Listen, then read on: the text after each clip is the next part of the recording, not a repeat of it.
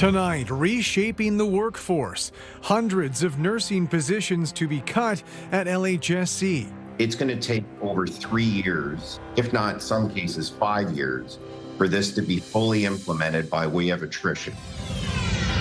Plus, T-minus 24 hours to liftoff. The latest from Cape Canaveral on the eve of Jeremy Hansen's lunar adventure. I think of this as just the opening chapter in a grand story of astronauts going to and from the moon.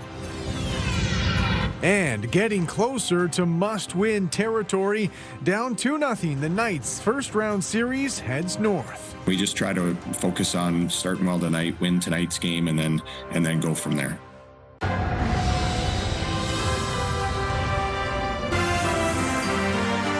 CTV News with Carlyle Fiset. Good evening. Thanks for joining us. We begin tonight with hundreds of job cuts at London Health Sciences Centre. According to nursing union leaders, 288 registered nursing positions will be cut. In a statement, the union says the cuts will impact several units, but the adult ambulatory and inpatient care sections were singled out, along with pediatric services. We requested an interview with an Ontario Nursing Association representative, but we were told no one was available. The statement they provided instead also reads, "It is unacceptable. A hospital like LHSC, which serves thousands of acute patients, is cutting the registered nurses who provide frontline care, while their past leadership is investigated for embezzling money," referencing a fraud investigation totaling tens of millions of dollars involving former high-level hospital officials. And for more on this, I'm joined now by the provincially appointed supervisor for LHSC, David Mouche. Mr. Mouche, thanks for taking our questions tonight. No problem. Thanks for having me. I'll start with the Ontario Nurses Association response. The union asserts that this decision will negatively impact patient care, and it was made purely in the name of saving money. What is your response to those concerns? So part of the premise in moving forward with respect to this back when we started this work in 2024 was making sure we had the clinical leadership at the table, and that includes the frontline clinical leadership as well as our physician leadership, and examining every single program as compared to our peers across the province, and any proposed changes now and moving forward are on the premise that we are not negatively impacting patient care. I see that this is a looking forward approach, but in the short term, will there be impacts to patient care? No, this is not a layoff situation. So if you recall back in 2024, when we did this benchmarking exercise and identified the administrative staff had too many, we immediately terminated those staff. This is not the case in this situation. It's going to take over 3 years, if not some cases 5 years, for this to be fully implemented by way of attrition. Attrition meaning a staff member has to resign or retire before it's implemented. So no one is going to be walked out of the organization. So this is going to take time. And if you look at it in the grand scope of LHSC, over the 3 years, this is less than a 2% reduction in the number of FTEs at LHSC. Over 3 years. So it's less than 1% a year over those 3-year period. The other aspect of the ONA's concerns is that a lot of staff already are feeling crushed by their current workload. And on top of this may not be great for morale. What is the message to the current staffing right now? Well, two things is, unfortunately, since 2019, the statistics show that LHSC increased its staffing overall by 25%, 23% of that was clinical staffing. But at the same time, the volumes for inpatients only went up by 4.5% and 11% for outpatient. So I'm not minimizing the stress on healthcare workers, but what's been happening over the last 7 years at LHSC, not just administrative staff, but overall, which has led to the operating deficit we've talked about, is staffing hired in excess of the demands, and especially when we compare it to our peers. Also, what I have to emphasize too, at the same time, there's negative impacts by way of attrition to RNs. We're hiring over 108 registered practical nurses. So net new over that same period of time is 108 RPNs being added the staff at LHSC. All right, we have to leave it there. David Mouche is the provincially appointed supervisor at London Health Sciences Centre. Thank you for your time tonight. Thank you. Take care.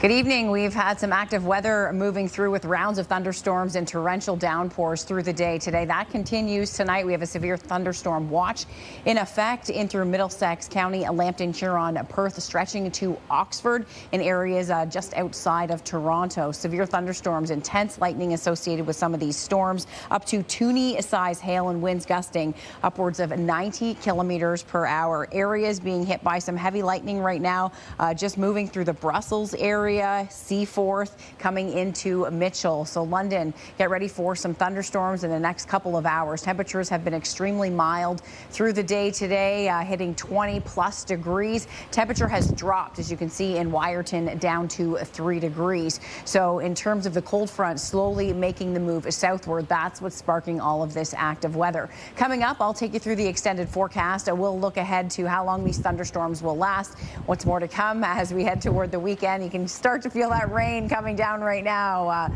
So I'll have all your local weather details in just a few. Thanks very much, Julie. We are just about 24 hours away from the next launch window opening up for the Artemis II mission that will send local astronaut Jeremy Hansen around the moon and back. With more on the crew's late-stage preparations, here's Heather Wright.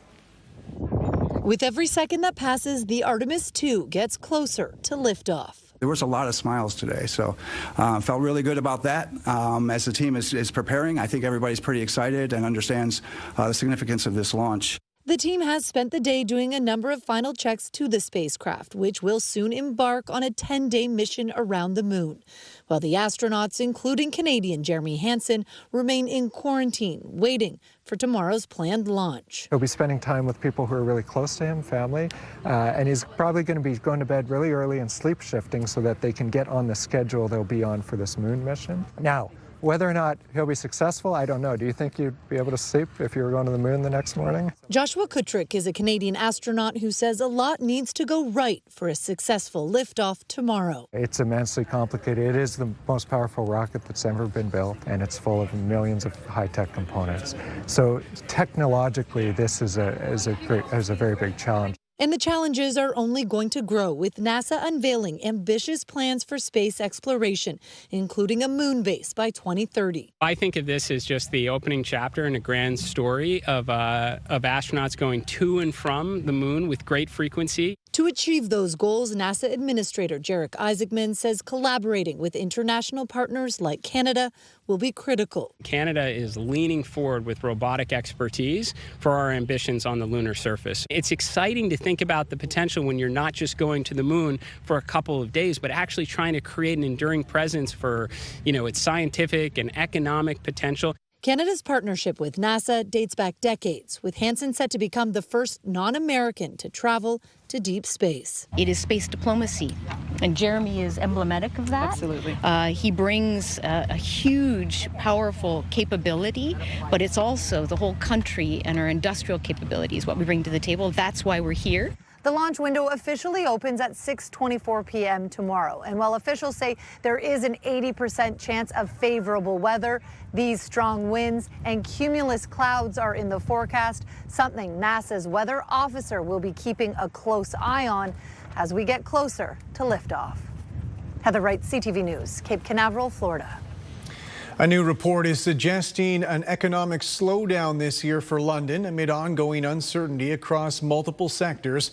However, as Sean Irvin reports, there are reasons for optimism as soon as next year.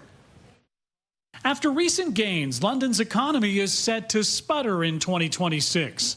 That is the conclusion from Signal 49 Research, formerly known as the Conference Board of Canada. Its new report shows the Forest City's economy is close to sinking beneath the waves, but for now it remains above water. Economist David Rostovsky is the report's author. We'll see growth slow this year to 0.9%. That compares with 2.3% in 2025.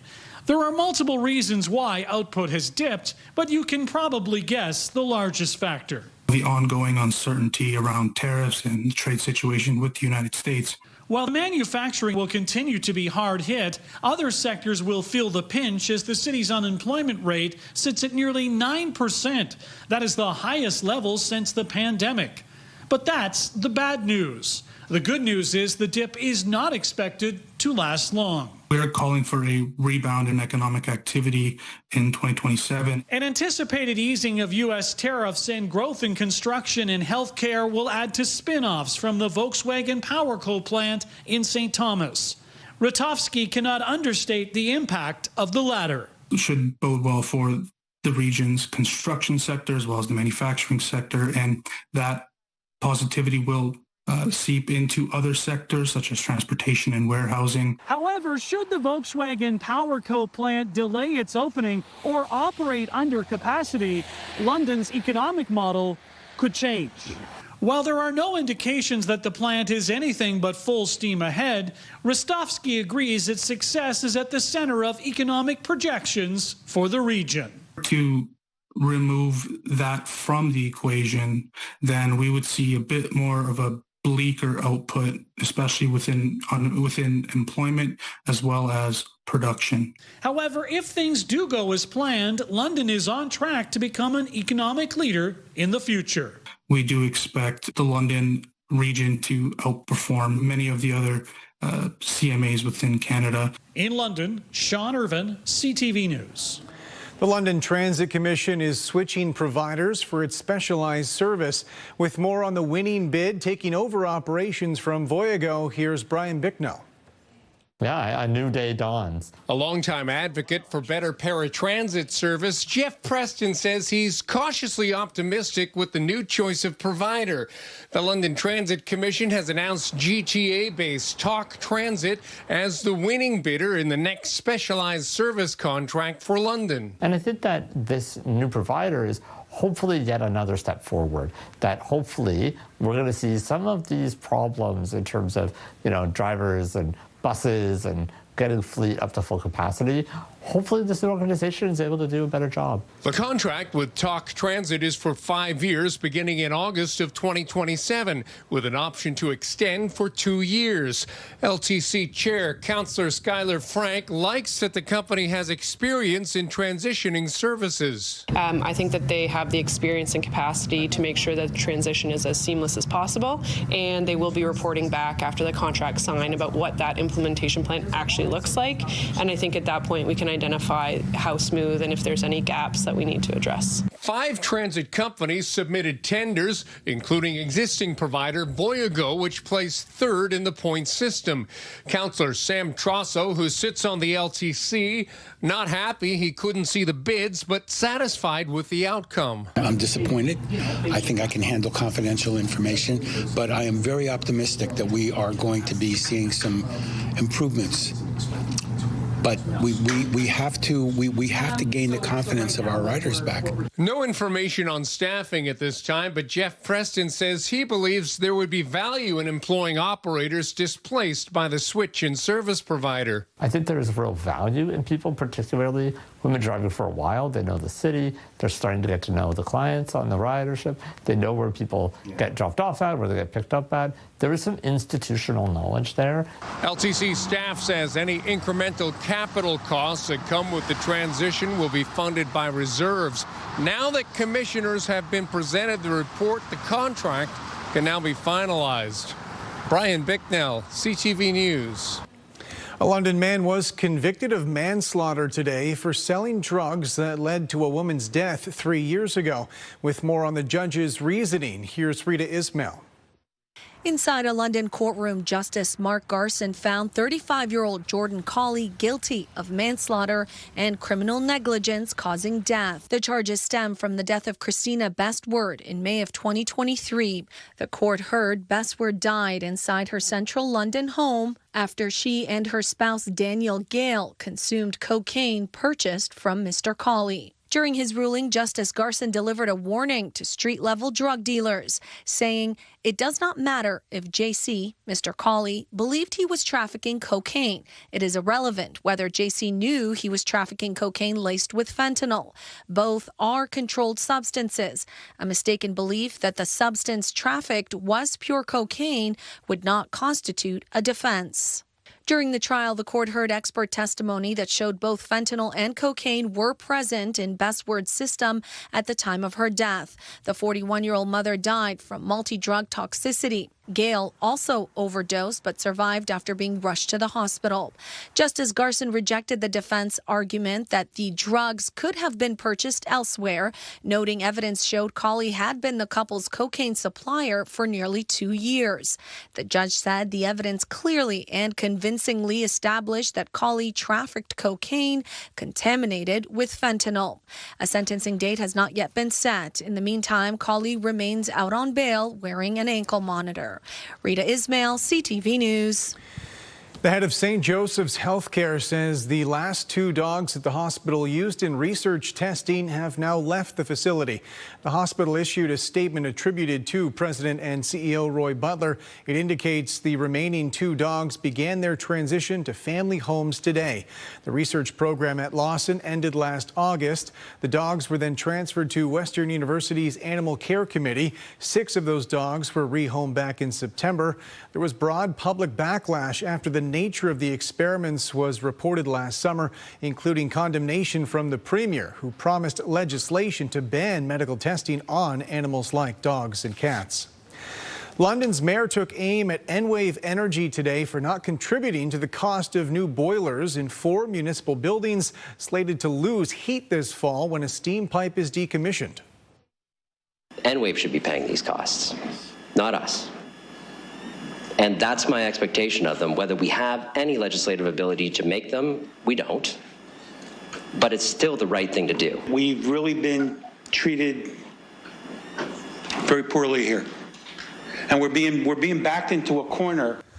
London District Energy's medium pressure steam pipe will be decommissioned on October 31st. That will leave 4 municipal buildings and several private downtown buildings in need of boiler installations.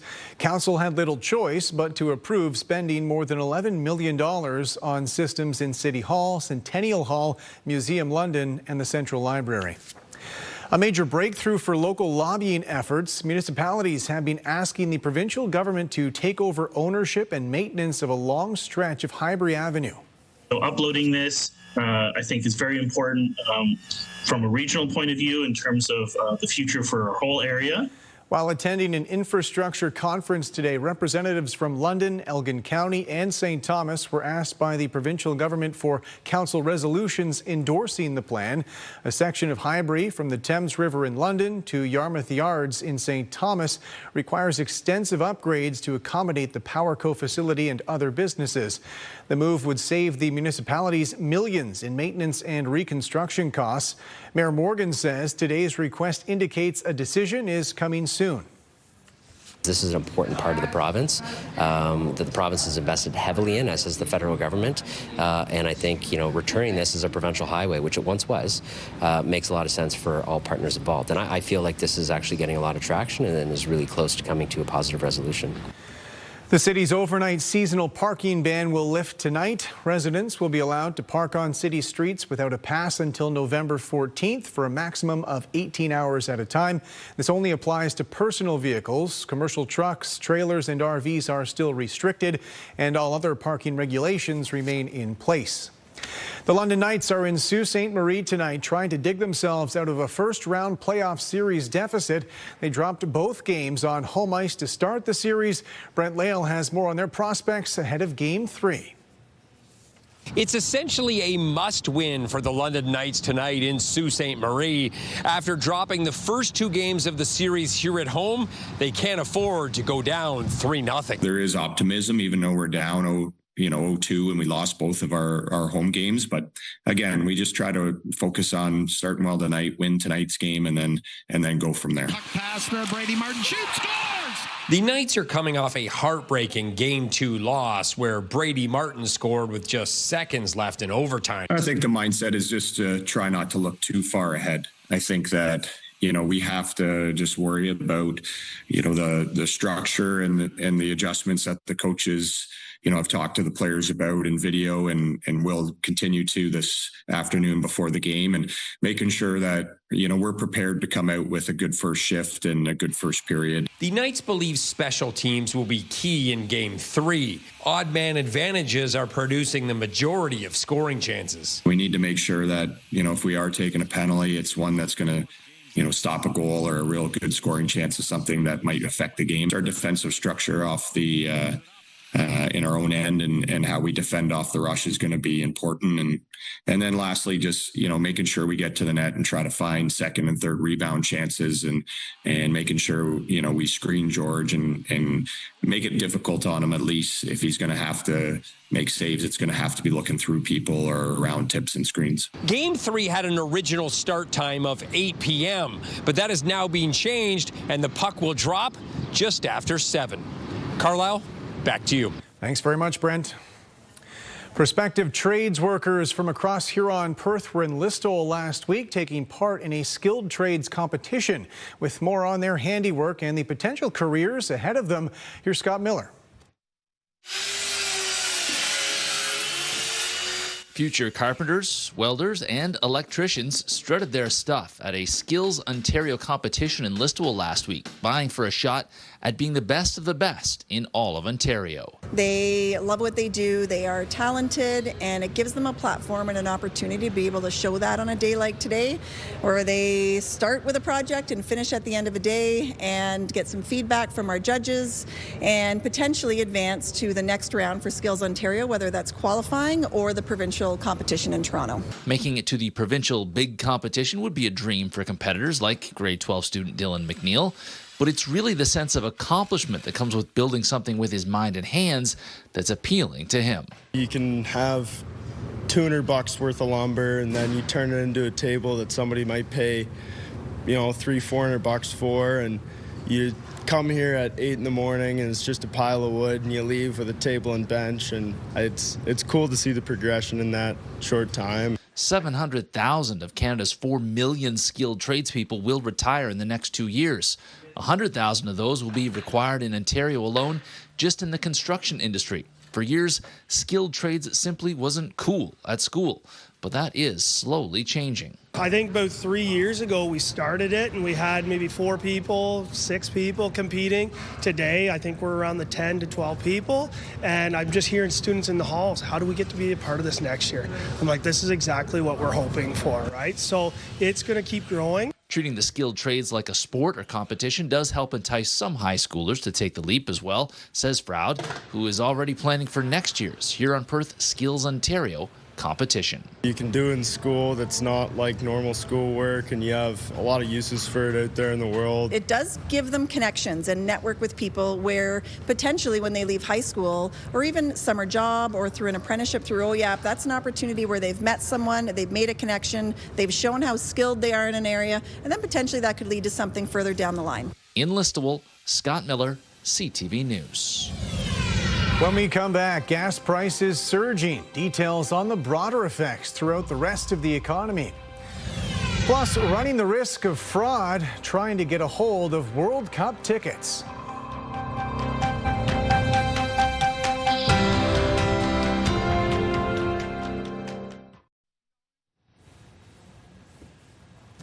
Welcome back. Another jump in fuel prices across the country in the midst of extreme volatility in global oil markets. However, the increases at the pumps are more pronounced in some regions of the country compared to others. With more on that, here's Paul Hollingsworth.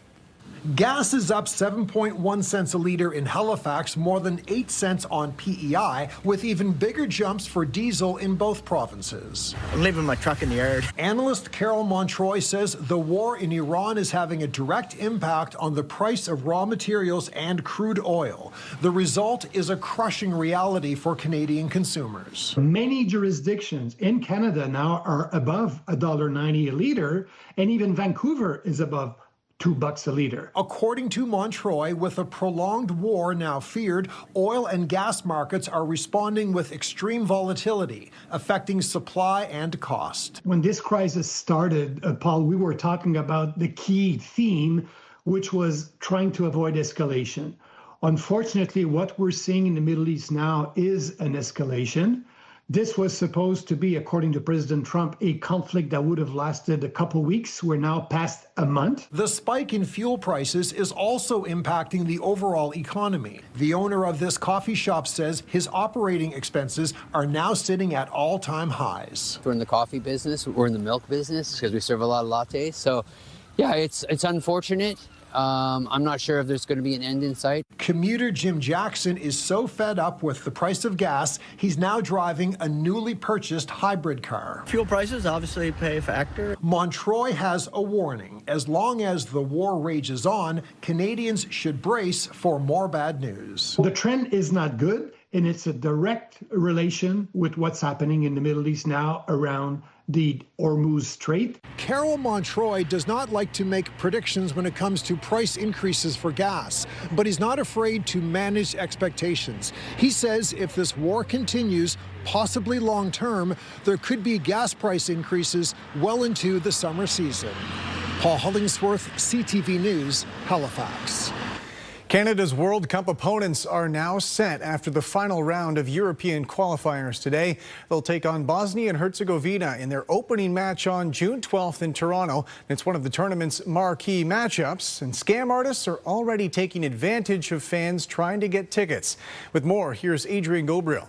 For Canada! The authenticity of Canada's men's soccer team is well documented, yet the lead up to co-hosting the World Cup is now fraught with fraud. Fraudsters try to capitalize on vulnerabilities. They know that so many Canadians and people outside of Canada want to attend these events. The Canadian Anti-Fraud Centre confirms they're now working with the RCMP, Vancouver and Toronto police ahead of this June's World Cup as they work to weed out bad actors across the country and beyond. I was embarrassed to even tell my wife, and I was actually embarrassed to do this interview, to be fair, because I'm in my 40s, man. Adonis Ibrahim runs a rec soccer league in Windsor, Ontario. Like many, he's desperate to get his hands on a World Cup ticket.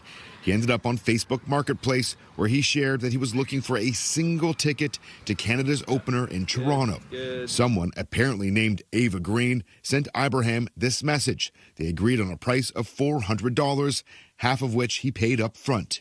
The tickets never arrived. I was taken advantage of, and I'm doing this because I don't want it to happen to anyone else. Fans are also being duped into paying for World Cup rental properties that don't exist. Counterfeit merchandise is also on the rise. The Canadian Anti-Fraud Centre is advising individuals to only use FIFA's verified exchange platform for resale tickets. Avoid third-party sites selling tickets and merchandise. For short-term rentals, be cautious if the price appears too good to be true. Use a credit card with fraud protection whenever possible when making a purchase. Don't get scammed. It's not a good feeling. With Team Canada preparing to take on the world, Ibrahim has been left still searching for a single ticket to fulfill a lifelong dream. There are still some more affordable, legitimate tickets available for the two upcoming friendlies, both in Edmonton and Montreal, before Team Canada officially kicks off its World Cup journey right here at BMO Field on June 12th. Adrian Gabriel, CTV News. On the desk now with Julie Atchison, and it has been a stormy day here in London, audibly so. Yes, for sure. This morning we had our first big round of storms early, and then they continued to move through. Torrential downpours, that rain coming down extremely hard. I know if you were out driving today, you may have encountered some of these heavier storms. It was mild, almost warm, 21 degrees this afternoon. We even had a humidex reading. It felt like the mid-20s. Right now, the hot spot in the country, Sarnia at 21 degrees. The London airport reading 20. The winds gusting out of the southwest, upwards of 40 to 50 kilometers per hour. Strong line of thunderstorms moving through Huron County in the last hour. Intense lightning with these storms. The torrential rain and the lightning will continue over the next couple of hours. This is the cold front that's slowly slumping its way southward. It will be south of Lake Erie overnight, and then the temperatures will start to drop down. So as we take a look at this massive thunderstorms that are moving through, again, Embedded in this is the lightning, of course, and the torrential rain expected to continue over the next couple of hours. So not getting quiet out there anytime soon. Overnight, just cloudy and calm, so the storms won't be waking you up through the overnight period. Temperature heading into tomorrow will be on the cool side. Also need to mention, in and around Wyerton tonight, you could see some patchy freezing drizzle. That's something to keep in mind. We could see some slippery road conditions develop. Your temperature will drop below freezing. We have this heat that's bottled up to the south. We've had watches and warnings associated with this frontal boundary to the north, dealing with snowfall and a wintry mix. And this has been an elongated front affecting the southern prairies right through to the Maritimes. This front, as I mentioned, dropping southward tonight. It'll take the precipitation with it. A weak wave will develop tomorrow afternoon and right along this boundary, and that will bring some cloud cover with the risk of showers clipping Essex County, Chatham-Kent, and Western Elgin. You could see a slight spotty shower. Other than that, we'll see cloudy with sunny breaks for your Wednesday. As we head into Wednesday evening, the skies will clear out, and then another system comes in Thursday. So Wednesday night into early Thursday morning, the temperatures dropping off. Major roller coaster ride heading into the weekend. So tomorrow we see the temperature cool down, but as we head toward Thursday and Friday, the temperatures once again will spike. Overnight, 2 degrees in London, 1 to 3 degrees as we head through Mount Forest, KW area, and -3 in Wyerton. Your forecast for tomorrow in London, it'll be a cool start to the day, mainly cloudy with sunny breaks heading into the afternoon with a northerly wind. That's the shift from today. So the front comes through. Right now the winds with that southerly component, tomorrow ushering in some cooler air with a cold coming down from James Bay. Thursday, showers 15, 24 on Friday for the holiday with gusty winds. 23 degrees on Saturday. We'll be in and out of showers through the weekend. Sunday, the probability drops to about a 40% chance, although so does the temperature drop. 5 degrees, 5 as we head into Monday under a mix of sun and cloud, and the risk for flurries Monday night into Tuesday. Midwestern Ontario, this is a varied forecast. I mentioned this last night. From Grey Bruce to Huron Perth, variable conditions. It's where these fronts set up, so that could mean some mixed precipitation as the temperatures drop down near the freezing mark. So mainly cloudy tomorrow, not expecting any rainfall, but as we head into Thursday, showers expected. Then on Friday, the mild air comes in. Saturday, Sunday, showers and 4 degrees, and Monday, a mix of sun and cloud and +4. So an unsettled holiday weekend. We'll start on the mild side and very cool with below normal temperatures. I'll be keeping an eye on it. I'll break you down as we get closer. But in terms of tonight, we do have thunderstorms to get through Carlyle over the next 4 hours. We will see some rounds of storms pushing across southern Ontario. All right, Julie, thanks very much. Still to come, data storage and a sense of security. What to know about doorbell cameras and who might have control of your recordings. Lauren Stallone is with me because later on in the newscast, it's Behind the Lights. What are we talking about this week, Lauren? We get to eat again, Carlyle. It's back. Fantastic. The food. Can't wait. That's coming up a little later. Stay with us. Pure Country 93. London's home for the best country music. Listen for your chance to win $50,000 with Pure Country's Big 50K Payday.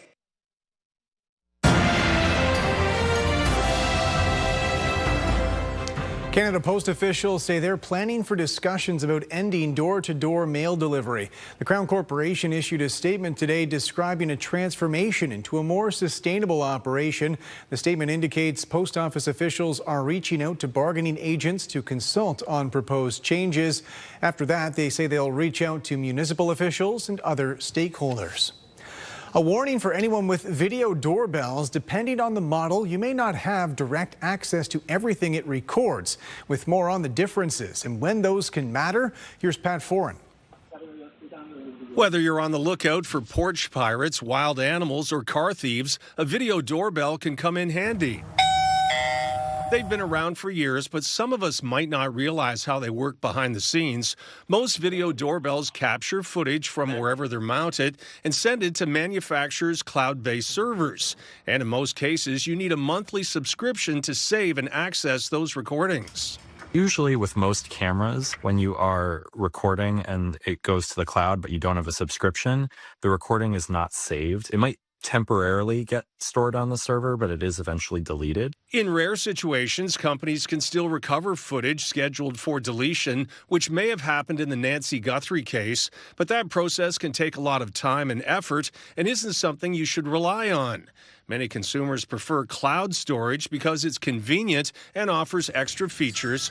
Others prefer cameras that store footage locally to keep their videos as private and secure as possible. Most cameras with local storage use a micro SD card inside the camera.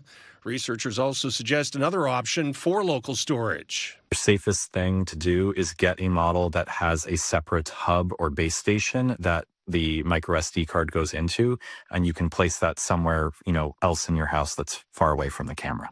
Local storage usually means no monthly subscription fees and more control over your video because police would have to come directly to you for the footage rather than go to the manufacturer. Those are two reasons why some homeowners are moving away from cloud storage cameras. If I were to do this all over again, I absolutely would go with cameras that use local storage. These doorbells and cameras with both local and cloud storage options did well in Consumer Reports tests. When it comes to your family's safety, now can I ring the doorbell? Where your footage is saved could make all the difference. Pat Foran, CTV News. Strength in the base metal and technology sectors helped Canada's main stock index surge today. The TSX climbed 833 points. In New York, the Dow added more than 1,100. The Nasdaq up 796. The Canadian dollar lost 0.07 of a cent. On commodity markets, gold gained more than $121 an ounce. Oil fell $1.50 a barrel. Despite rising tensions with Europe and Canada, King Charles will visit America for the anniversary of independence. Welcome back. An electrical fire closed down a local Tim Hortons for part of the weekend. Authorities in Wingham say the fire broke out Sunday afternoon, causing minor damage to the restaurant's food prep area. They say an employee noticed the flames and the building was evacuated. No injuries were reported and the restaurant was reopened Monday morning. London police say they've charged a 48-year-old man accused of filming a teenage girl in a changing room. They say officers were called to a business in the North End earlier this month, arresting the man and charging him with voyeurism as well as possessing child sexual abuse material. Today is the deadline for Canadians to submit their intention to take part in the federal government's assault-style weapon compensation program. The program is open to all gun owners in Canada who have firearms which were prohibited in May 2020, December 2024, or March 2025. The weapons need to have been acquired before the date they were banned. Government officials say taking part in the program is voluntary, but complying with the law is not. They say all assault-style guns must be disposed of or permanently deactivated before the amnesty period ends on October 30th. The federal government is set to extend its cap on an annual alcohol tax increase for another 2 years. It's part of an effort to lower cost for the country's brewers, wineries, and distilleries. Taxes on alcohol had been subject to annual increases tied to inflation on April 1st of each year, but the Liberal government has temporarily capped those hikes at 2% since 2023. This was supposed to be the final year for that cap, but it's now being renewed through 2028. Tomorrow on CTV News, a successful recruitment campaign for local physicians. The London clinic now looking for new patients. That's tomorrow on CTV News at 6. Hey, and welcome back to another week of KP's Pet Rescue, where we're meeting Dash, who's arriving in style in a 2026 Kia Sorento Hybrid. Let's go meet him.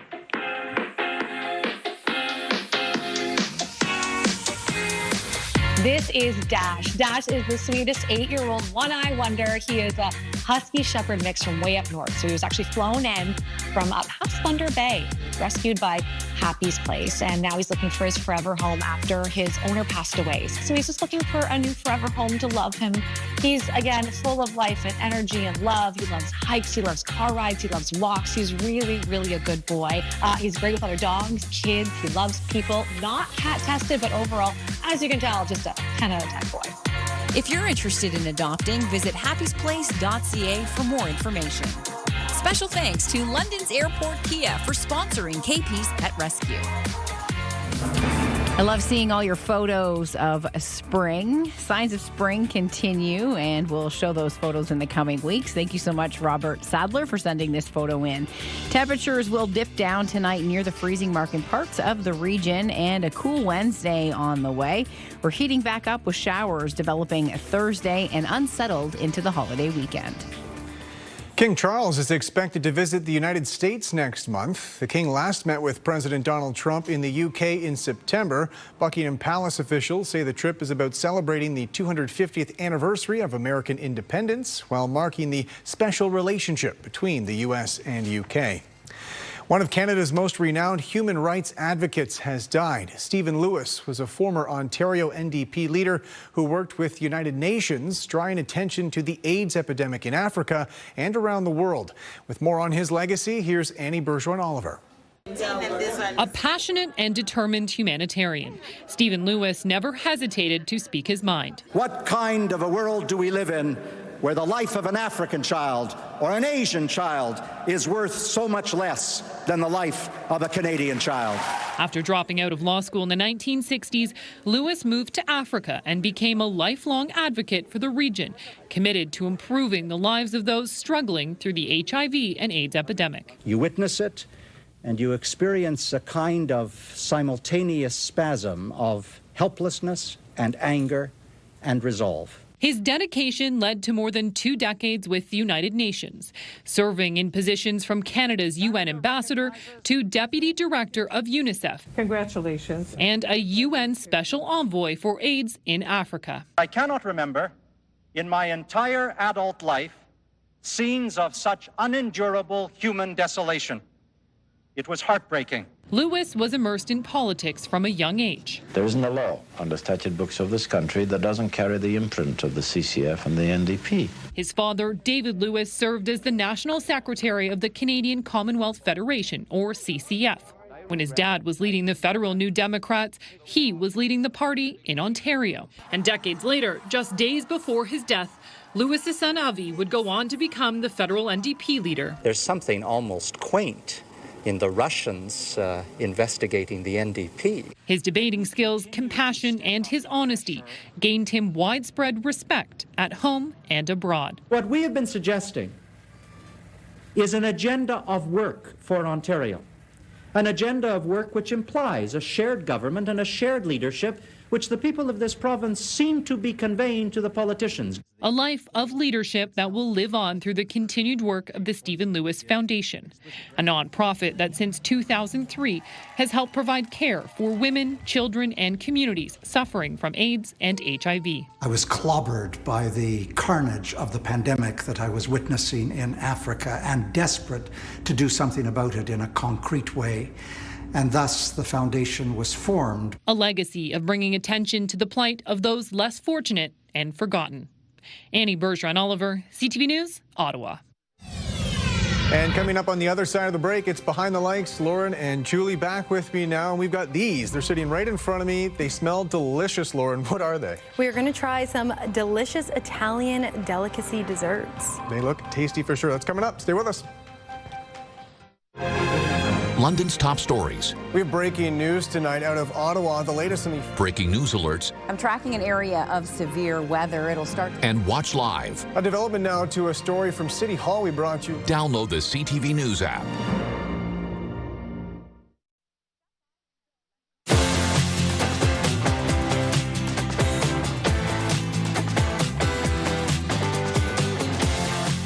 And before we go tonight, it's Behind the Lights with Lauren Stallone, Julie Atchison back with us, and we are taste testing some things that look very tasty, Lauren. Yes, they smell really good as well. These are zeppoli. Have either one of you tried them? It's a traditional Italian dessert. I haven't tried them before. I haven't tried them. them. Heard of them even. Okay. Either. Okay, well, they're really big in my family. We're Italian, and I remember growing up, we would always have them, and it always meant that it was the beginning of spring. But before we get into the significance of exactly what they mean and what they symbolize in the Italian culture, culture. I've seen this all over my For You page, and it's so interesting that the algorithm of social media is so different based on the user. Now, my For You page knows that I'm going to be eating these this weekend for Easter, and it is feeding me so many different videos, different reviews from local bakeries and bakeries all over the province, as well as videos of how you make these delicious delicacies. So I spoke with the owner of Lynn's Bakery, a local Italian bakery here in London, to get an understanding of what they mean in the Italian culture and what work goes into making these delicious treats. The zeppoli were made for feast traditions in Italy. St. Joseph's Day was a big day for zeppoli, March 19th, and that just passed, which was a great day here for our zeppoli and some of our other good flavors. It leads into the Easter season. It has a lot to do with the end of Lent and feasting on the end of Lent. So a lot of people will take that time to enjoy zeppoli as well. So there are variations traditionally for zeppoli. The one that we use and that we really enjoy is it's a choux pastry, which gets piped into a bag. So very similar to like a honey cruller, like any kind of cruller donut. So it's light, airy, fluffy. We then fill it with some various flavors. So we have 3 different kinds here. Cherry, chocolate chip, which is kind of like a cannoli, and then strawberry. They can either be filled with cream or ricotta filling. My favorite's the cherry, so I think I'm going to go ahead and grab that one if that's okay with you guys. I found it really interesting that you said how your algorithm is based on, like, it's giving you... I've never seen one of these on my algorithm. Well, you will now. Next time you go scroll, it'll be on there. Don't be surprised if you see it now. I went for the cannoli one because I do like a cannoli. Yeah. All right, let's give it a go. Okay. Cannoli and a donut. What's not to love? Oh, so good. I love eating on TV so much. It's great. You never get tired of it. It's delicious. I get a lot of practice with it. Now having to deal with wrapping up the broadcast while having delicious food. I'm trying to enjoy this, but I'm also trying to manage the end of the newscast. Yeah. Just say goodbye and keep eating. Exactly. Good idea. Good idea. With that in mind, that's Behind the Likes. Thank you, Lauren and Julie. That's it for us. We'll see you again tomorrow.